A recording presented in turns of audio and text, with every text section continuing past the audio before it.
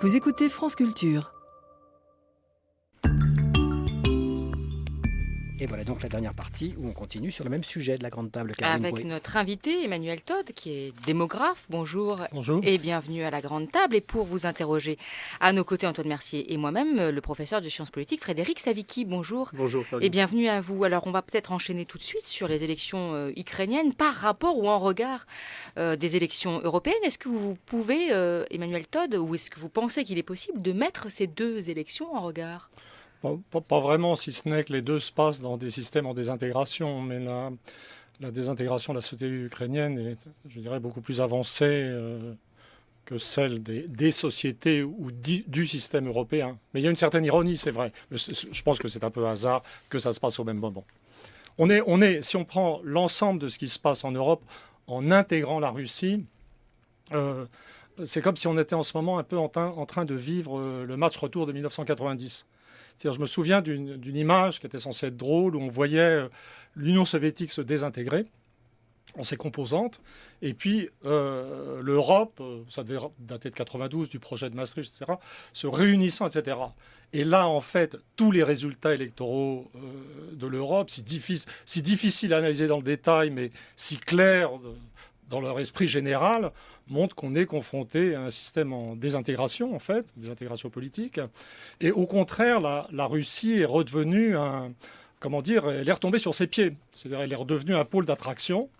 Et à côté de la Russie, l'Ukraine, je dirais, c'est celle des sociétés de l'ancien système soviétique qui n'a pas trouvé son équilibre, en fait, et dont la désintégration va continuer, on peut en parler en détail si vous voulez, va continuer de se poursuivre, quel que soit le résultat de ces élections et quelles que soient les décisions politiques. Il y a des choses plus profondes, en fait. Et la désintégration de l'Europe ou de l'Union européenne, qui se voit aussi dans les résultats de ces élections d'hier, se joue ou se note particulièrement avec ce qui se passe en Ukraine pour vous ? Non, mais c'est très curieux parce qu'on a, on a l'impression, l'Europe fait son comportement. Je pense vraiment que c'est les Européens, enfin peut-être certains Européens qui ont foutu le feu à l'Ukraine. Hein. C'est vraiment le voyage de Steinmeier avec Sikorski, le Polonais, le ministre des Affaires étrangères, là où ils avaient pris Laurent Fabius dans leur bagage, qui ont été à Kiev, ont fini par s'asseoir sur ce qu'ils avaient signé, cette espèce d'encouragement donné aux extrémistes, à l'extrême droite ukrainienne, je dirais, c'est vraiment une grosse responsabilité des Européens. Mais c'est très curieux que cette Europe, qui elle-même est en train de s'effondrer en son sens, continue d'une certaine manière d'être expansionniste. Alors c'est pas l'Europe, c'est l'Allemagne et la Pologne, puis un peu la Suède qui est très russophobe. Donc j'ai de plus en plus l'image d'une Europe une supernova. Vous savez, ces étoiles qui deviennent très brillantes au moment où elles explosent. Donc il y a quelque chose, je pense quelque part, j'ai une sorte de sentiment, instinct historique, que l'Europe va chercher sa mort quelque part dans les plaines d'Ukraine. Et il faut vous écouter quand vous avez un sentiment historique en général, Emmanuel Todd. Désintégration politique. Mais finalement, l'Europe politique n'existant pas, je ne vois pas comment elle pourrait se désintégrer alors qu'elle n'était pas intégrée. Est-ce que ce n'est pas plutôt ce à quoi on assiste, c'est plutôt au retour des puissances nationales européennes, notamment l'Allemagne par exemple ? Il n'y a pas que l'Allemagne en fait. C'est-à-dire que je crois que les dirigeants français sont très très particuliers. Ils ont une faible conscience géopolitique. Ils ont même une faible conscience de ce qui se passe historiquement, qui est un retour et une divergence des nations. C'est-à-dire que dans la phase de montée de la société de consommation, on avait l'impression d'une convergence. Et cette convergence économique, c'était l'hypothèse qui était derrière la construction de l'euro. Mais les nations sont restées les nations. La vie économique est devenue beaucoup plus dure, c'est-à-dire la compétition internationale, le libre-échange. Et donc les nations sont devenues les pôles de résistance. Donc il y a eu des nations fortes, des nations faibles. Donc maintenant on a les sous-hommes de la Méditerranée. On a le peuple des seigneurs démocratiques allemands. Ce n'est pas une provocation, j'ai dit ça dans Die Zeit l'autre jour dans une interview. Donc on ne m'accuse pas de germanophobie, je parle comme ça en Allemagne aussi.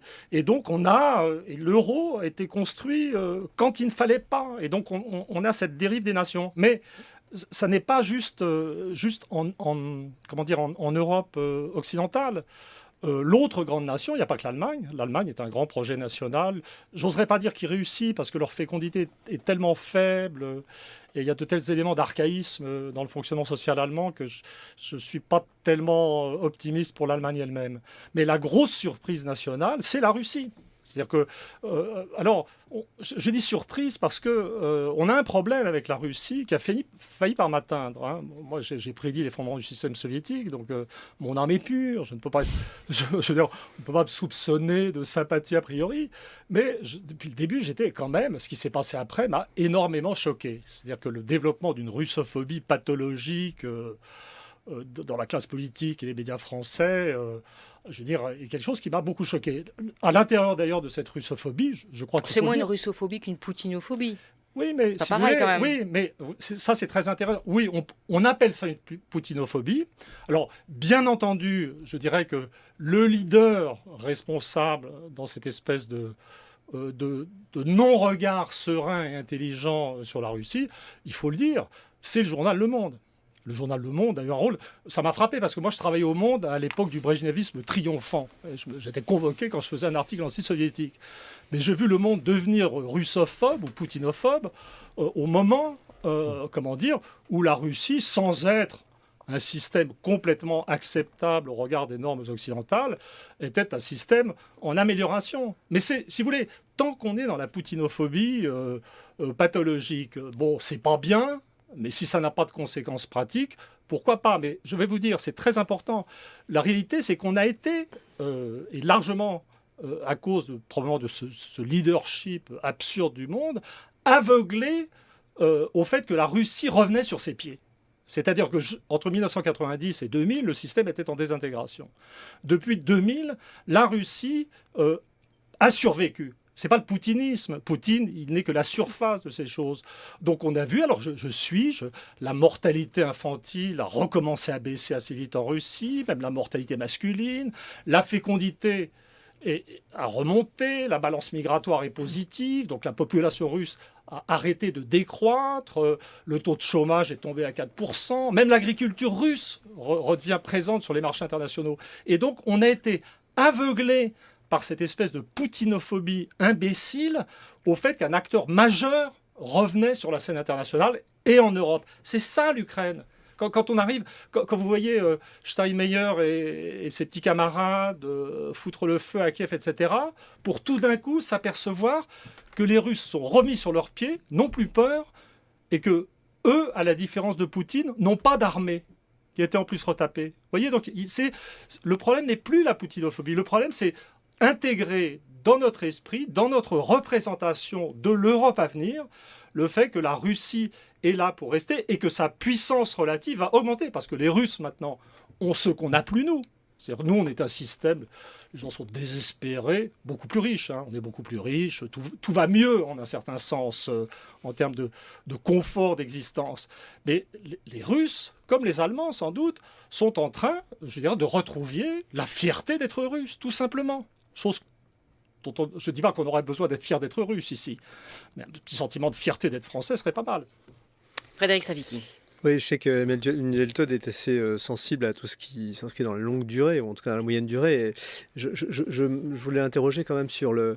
Bon, évidemment, Poutine, en France en particulier, ne suscite pas beaucoup de sympathie, mais moi, ce qui me frappe quand même, c'est que après la chute du mur, on s'est focalisé finalement dans le débat européen sur la frontière asiatique avec la Turquie, et c'est vrai que la manière de penser les relations entre l'Union européenne et la Russie, alors bien sûr, elle a été laissée de côté. C'est-à-dire, alors bien sûr, les stratèges avaient toujours l'idée que la Russie était un ennemi potentiel et qu'il fallait consolider les liens avec la Pologne, et puis qu'au-delà, on verrait ce qu'on pourrait faire, et puis l'Ukraine servirait un peu de tampon, quoi. Hein, bon.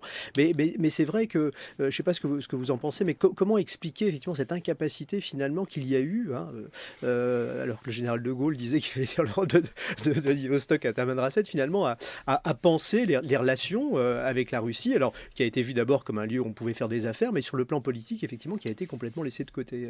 Emmanuel Todd. Je crois qu'au départ, les Européens de l'Ouest, je parle là des dirigeants, je ne parle pas de la presse, je cesse de parler du journal Le Monde, Vous lui donnez beaucoup d'importance quand même. Mais je veux dire, comme les Et il dirigeants traverse une lisent passe très peu... difficile lui aussi. Non, alors. mais Non, comme jetons pas. les dirigeants, et j'aurais dire peut-être que même on se demande si peut-être que les dirigeants socialistes ne lisent même pas le Figaro, qui est quand même bien meilleur en politique internationale. Donc c'est c'est très important. Non, mais arrêtons de rire.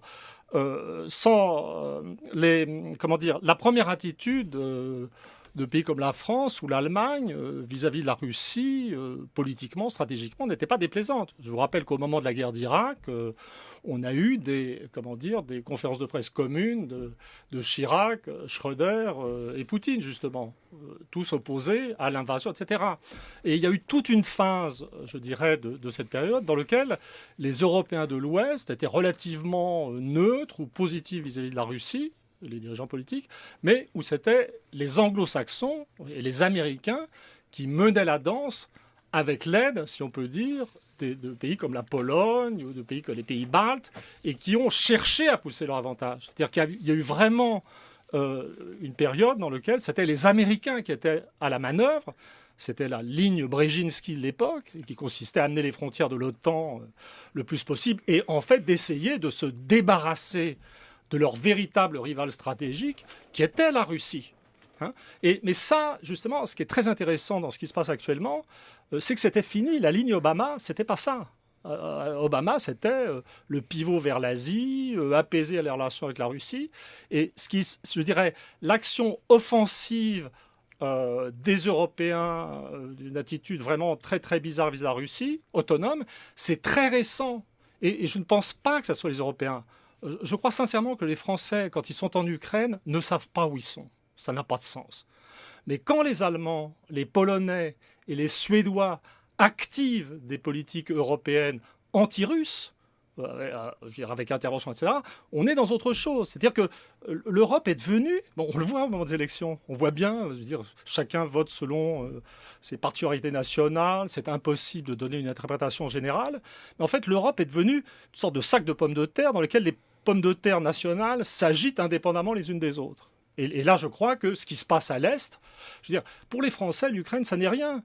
Pour les Russes, c'est très près.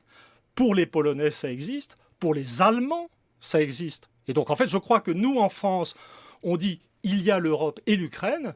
Mais en fait, si vous lisez les sites d'information russes en français, d'excellentes choses comme RIA Novosti, etc., les choses qu'on est forcé de lire à cause de l'état de la presse française, je veux dire, les Russes, ils savent très bien qu'ils ont affaire aux Allemands.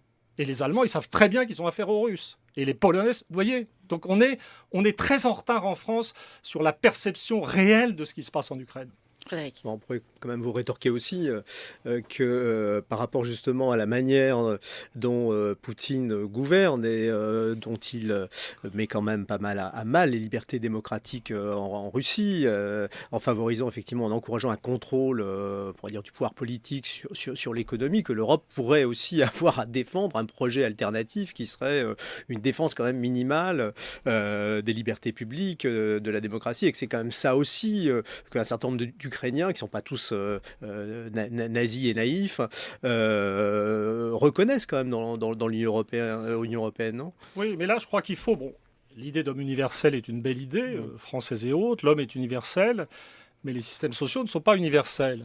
Et la Russie n'est pas la France, la Russie n'est pas l'Allemagne. La culture familiale russe était une culture autoritaire, égalitaire, dont l'explosion a produit le communisme. Et pour moi, il était tout à fait évident que la sortie du communisme n'allait pas faire de la Russie un système social, libéral, démocratique, une démocratie d'alternance. Il y a des choses qu'il faut accepter dans la vie. Et donc, la culture russe est une culture égalitaire autoritaire. Il fallait accepter de laisser la Tunisie sous la férule non, de Ben Ali. Enfin, je sais pas. Une autre fois pour la Tunisie. Non, mais je sais pas. Une autre fois pour la Tunisie. Non, je dis, il faut accepter. Il ne faut pas. Bien entendu, il y a des valeurs universelles, mais la politique internationale, ça n'est pas non plus faire comme si des spécificités culturelles nationales n'existaient pas. Je vais vous donner un exemple. Peut-être je vais vous surprendre. L'Ukraine, dans sa partie principale, occidentale, est assez différente de la Russie sur le plan des structures familiales. Il y a une culture qui est plus libérale, peut-être plus bordélique, plus anarchique aussi, mais il y a une différence. Donc, dans un certain sens, jamais je n'ai dit ou considéré que l'Ukraine, c'était la même chose que la Russie. Mais tout ça, je dirais, ça fait partie des choses qu'il faut intégrer dans l'analyse. Donc, alors, la Russie est vraiment un cas très particulier parce que moi, je parle de démocratie autoritaire. Il est soutenu par 80% des Russes. Hein. Je veux dire, Hollande se contenterait de la possible. Je veux dire, en fait, si on croit vraiment à la démocratie comme représentation du peuple, etc., le type illégitime actuellement, c'est plutôt Hollande et le Parti socialiste. Il faut être honnête. Poutine, il a 80% de la population russe avec lui. C'est une population qui doit avoir une certaine sympathie, je dirais, pour un mode de gestion autoritaire. Je me suis perdu dans mon développement. De quoi je parlais ? De la démocratie. Oui, et donc vous avez en Russie une culture qui ne nous est pas absolument semblable et qu'on ne pourrait pas accepter pour nous-mêmes. Je veux dire, par exemple, dans mes fantasmes les plus fous, si j'imagine une Europe en désintégration, mon premier réflexe, c'est l'idée de fuir aux États-Unis. Parce que moi, je suis proche, personnellement, du monde anglo-américain. Mais le paradoxe de l'histoire russe, c'est que la Russie s'est imposée à elle-même des souffrances extraordinaires, vraiment, et des choses horribles. Mais la réalité de l'histoire en Europe et ailleurs, c'est qu'au fond, on a plutôt bénéficié de la Russie comme facteur d'équilibre. C'est la Russie stalinienne qui a mis à bas le nazisme. Et aujourd'hui, je dirais, ce que les gens ne semblent pas arriver à comprendre, c'est que même si on pense que les États-Unis, c'est pas si mal que ça, on leur doit notre modernité, et on y fuira si ça commence à chauffer en Europe. Il faut accepter l'idée que des États-Unis tout-puissants au monde et sans rival stratégique ne sont une bonne chose pour personne, et surtout pas pour eux-mêmes. Voyez, et que la Russie, en tant qu'acteur stratégique de pôle d'équilibre, est une chose positive dans le monde. C'est ça le paradoxe russe. Un système dans lequel on ne pourrait pas vivre, mais dont on doit admettre qu'il joue un rôle d'équilibre positif sur la planète. Antoine. Je voudrais revenir à l'Europe de Bruxelles, puisqu'on a la chance d'avoir un prévisionniste qui s'est rarement trompé. Ça ne doit pas vous plaire, prévisionnisme. Enfin, si, mes enfants tiennent la liste de mes erreurs. Voilà. Alors, donc, si je comprends bien, de l'élection de Sarkozy à l'intelligence de Hollande, que d'erreurs. Donc, effectivement, quelques erreurs, mais malgré tout, je voudrais sérieusement vous poser la question sur la suite en ce qui concerne la construction européenne, et notamment l'euro, puisque manifestement, vous prévoyez un éclatement de la monnaie unique, a priori, et je voulais savoir si cet événement-là va entraîner, disons, une dislocation, un retour au national, ou au contraire sera l'occasion pour l'Europe de faire autre chose. Non mais écoutez, Emmanuel Todd. C'est vraiment très difficile de faire des prédictions. On est dans une combinaison d'impossibilités en Europe actuellement. C'est-à-dire que la monnaie unique ne marchera jamais. C'est un contretemps historique, évident, c'est avéré. L'économie européenne est le trou noir de l'économie mondiale. D'un autre côté... Pourquoi ça ne marchera jamais quand même J'ai parlé de la divergence des nations, puis il n'y a qu'à regarder. En fait, honnêtement, il n'y a qu'en Europe qu'on se raconte encore des histoires dont on doit sauver l'euro de temps en temps. Ça ne marchera jamais, mais peut-être que ça peut continuer longtemps. Voilà, parce qu'il y a une autre impossibilité à laquelle il faut s'habituer, qu'il faut intégrer, c'est, disons... C'est clair que les dirigeants européens, et en particulier les dirigeants français, moi j'ai intégré dans ma logique interprétative et de prévision l'idée que les dirigeants, la classe dirigeante française, ne comprendront jamais ou n'accepteront jamais de tenir compte de la réalité. Il y a une sorte de lâcheté, manque d'intelligence, peut-être parce que l'euro est devenu une sorte de croyance religieuse. Mais est-ce qu'ils peuvent dire aujourd'hui on sort de l'euro ? Est-ce qu'ils peuvent dire ça ? C'est ce que je dis. Je veux dire, quand j'entends les gens dire on va se réunir à l'Élysée pour tenir compte du résultat des élections européennes, il est complètement évident qu'ils ne vont pas en tenir compte du tout. Il est tout à fait évident que des types comme... Hollande, Fabius, Sapin, Valls n'ont ni l'intelligence ni le courage de faire quoi que ce soit. C'est évident qu'on va continuer. Alors, on se demande, donc, ça ne peut pas marcher, ils ne pourront pas en sortir, qu'est-ce qui va se passer ? Donc, on devient attentif à la notion de grain de sable. C'est quelque chose. Et c'est pour ça que je suis extrêmement attentif à ce qui se passe en Ukraine, où je pense que, et c'est pour ça que je dis que peut-être que l'Europe est allé chercher sa mort en Ukraine, parce que avec l'Ukraine, société dont la désintégration va continuer, ça s'observe démographiquement, C'est-à-dire que c'est pas parce que Poroshenko a été élu que ça va s'arrêter. L'Ukraine, c'est pas juste failed state, l'Ukraine, comme on dit, un État en faillite. C'est failed society. C'est-à-dire que la population ukrainienne a baissé de 12,5%. Mais quel rapport il va y avoir entre cette désintégration de l'Ukraine et de l'Europe? Je ne sais pas, mais il faut bien voir que l'Ukraine va continuer. Je peux vous dire pourquoi l'Ukraine va continuer à se désintégrer. C'est très facile. Et ça sera grâce à l'Europe d'une certaine manière. Parce que les Russes voulaient prendre le contrôle de l'Ukraine une partie, mais plutôt avec l'idée de retaper l'Ukraine et d'en faire une partie de leur système.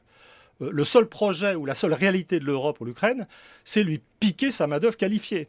C'est-à-dire que si vous comparez, ce que j'ai fait, vous comparez la production de diplômés en Ukraine dans les dernières années, vous regardez le nombre de jeunes diplômés dans les recensements, vous voyez qu'ils ne sont pas là, il y a une hémorragie, et donc ils foutent le camp aux États-Unis, au Canada, sans doute en Europe occidentale, et que plus l'Ukraine sera intégrée à l'espace occidental, plus ça veut dire qu'en fait sa population active qualifiée sera, je dirais, aspirée par le besoin démographique incessant de l'économie allemande, qui est en faillite démographique. Donc ça va continuer. Et l'interaction, c'est l'interaction de... On a noté tout à l'heure les particularités de non-vote de l'Europe orientale. Les gens ne s'intéressent pas au monde, en fait. On parle du monde, de la globalisation, mais à ce que sont les traditions de cette région. Je veux dire, cette région qui comprend la Pologne, l'Ukraine, la Roumanie, est une zone de non-construction étatique. C'est la région dont les élites, en fait, avant-guerre, étaient largement les populations juives, qui ont été exterminés, comme on sait.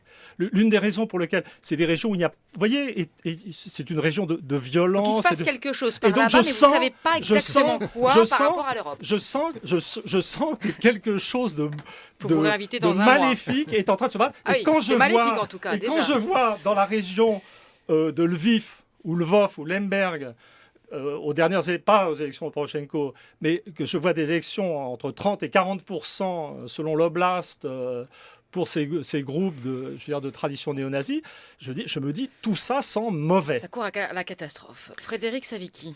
Oui, on peut aussi penser que la Russie a obtenu déjà beaucoup de choses en récupérant la Crimée, en probablement obtenant une fédéralisation de l'Ukraine et une espèce de finlandisation d'un côté, et que le grain de sable principal, peut-être pour les dirigeants européens par rapport à la question de l'euro qu'on évoquait tout à l'heure, c'est quand même la montée effectivement des voix nationalistes et des votes nationalistes et régionalistes. Donc là, pas du tout. Non, mais là pour l'instant les choses sont assez ouvertes, me semble-t-il. Enfin, on arrive quand même là aujourd'hui à certains paradoxes, et qu'après le score quand même très élevé, pas seulement en France, mais aussi en Grande-Bretagne et en Hongrie, au Danemark et dans d'autres pays, on a raison effectivement de déporter le regard, mais en même temps effectivement il faut aussi s'interroger sur les effets, peut-être pas à court terme, mais à long terme, de l'installation durable dans le paysage politique européen de forces nationalistes. Il faut les appeler comme elles sont. Emmanuel Todd. C'est tellement lent. C'est-à-dire que, vous voyez, quand tout le monde est là en train de s'exciter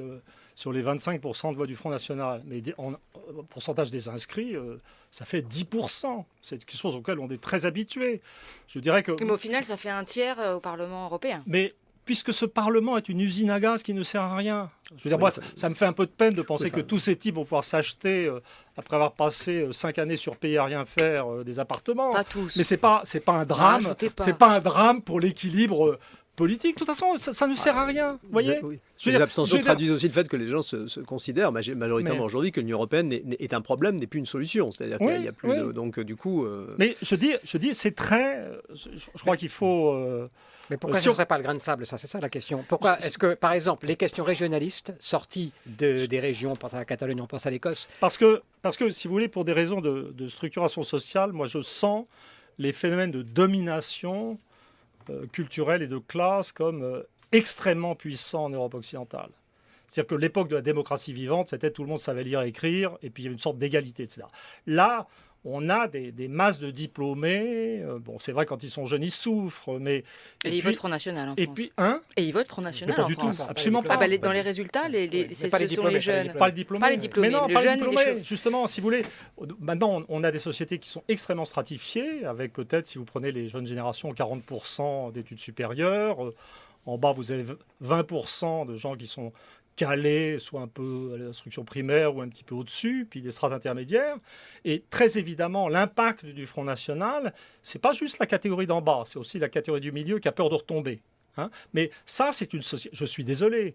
Je sais que j'ai passé un peu de temps au Parti communiste quand j'étais gamin, mais si Lénine nous a appris quelque chose, c'est bien que ça n'était pas les masses populaires toutes seules qui faisaient l'histoire.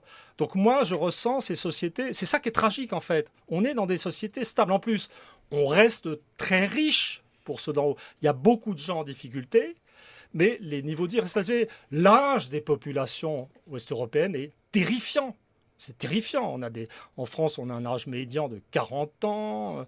L'âge moyen des votants doit être au-dessus de 50 là, dans les élections. Enfin, je veux dire, c'est des populations, je parle de moi, hein, je n'insulte personne, c'est des populations arthritiques, en fait, la démocratie actuellement en Europe. C'est pour ça que je pense plutôt à un choc externe. Parce que si le système de domination est fort, et c'est très difficile à tourner, cette domination imbécile qui appauvrit le continent, l'affaiblit face au monde extérieur. C'est-à-dire que l'échec de l'euro, c'est aussi une partie, ça explique, la puissance de la Russie. Et c'est pour ça que je pense en termes d'un contre-coup externe.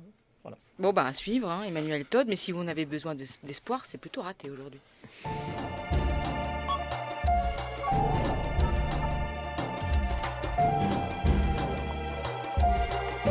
France Culture, la grande table. À moins que ce soit vous, Raphaël Bourgois, qui nous apportiez le choc Pas sûr. externe. Ah, le choc externe peut-être, l'espoir peut-être pas. La souveraineté et le territoire. Oui, à l'issue de la séquence politique que nous venons de vivre, Caroline, on peut dire qu'en termes idéologiques, la grande gagnante, c'est la conception nationale de la souveraineté. Ce n'est pas une surprise, les signes avant-coureurs étaient plus qu'évidents, ils se sont concrétisés dans l'interview récente au Point de l'ancien président de la République, Nicolas Sarkozy, qui dessinait une Europe faite de cercles concentriques autour d'États-nations réaffirmés.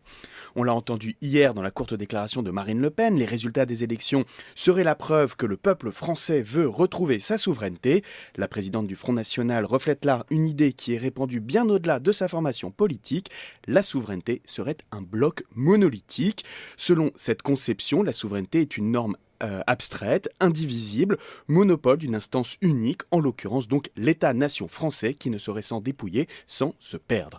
Une définition toute juridique qui ne résiste pas à l'analyse historique, c'est ce que montre le dernier numéro des Annales Histoire Sciences Sociales. La prestigieuse revue se penche sur les notions de souveraineté et de territoire au cours du 19e et du jeune 20e siècle. Il s'agit de voir comment elles s'articulent dans un temps et un espace donné. L'Afrique tout juste colonisée par la France, l'Argentine en construction, l'État soviétique juste après la Révolution de 17, le tout nouvel État albanais entre les deux guerres, ou encore les États-Unis juste après la guerre de sécession. Des articles qui montrent comment se bricole cette souveraineté qui a besoin de s'appuyer sur un territoire et comment elle construit ces territoires en retour. La conclusion est claire, il faut remettre en cause l'idée dominante selon laquelle la souveraineté s'ancre naturellement dans un territoire uniforme. Deux courants historiographiques se dégagent ainsi. Le premier insiste sur la mondialisation et analyse l'inévitable déterritorialisation de l'organisation politique qui en résulte. Le second se penche sur l'étude de la colonisation et montre que la souveraineté n'est pas un bloc homogène, qu'elle peut s'exercer à différents degrés. Autrement dit, la souveraineté est avant tout une construction, elle n'a rien d'une donnée monolithique, surtout, elle s'ancre à des degrés divers dans un même territoire. On retrouve ici une notion très féconde développée surtout aux États-Unis par des chercheurs qui s'intéressent à l'histoire des empires, la souveraineté feuilletée. Il ne s'agit pas là d'une approche théorique, mais d'une approche pratique selon laquelle le grand succès des empires, c'est d'avoir su créer un ensemble d'usages institutionnels, politiques ou sociaux, qui permettent à la pluralité des sociétés impériales de se tenir dans une seule main, tout en préservant leur spécificité.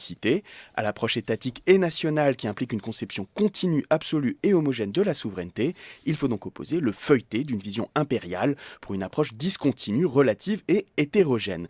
Alors pour sauver l'Europe, pour sauver le projet européen, il faudrait donc un projet impérial, une solution évidemment provocatrice qui en serait par exemple la puissance centrale, mais développer la notion de souveraineté feuilletée pourrait au moins constituer un projet politique ambitieux et faire pièce au repli sur une approche de la souveraineté et du territoire héritier des siècles passés et dont on sait où elle nous a menés. On vous réinvitera, Emmanuel Todd, pour que vous nous parliez de la souveraineté. Merci d'être venu. Feuilleté. Le feuilleté, surtout. Merci d'être venu à la grande table. Aujourd'hui, à la technique, c'était Anthony Thomasson. On vous retrouve bientôt, Frédéric Savicki, pour une prochaine interview à la grande table.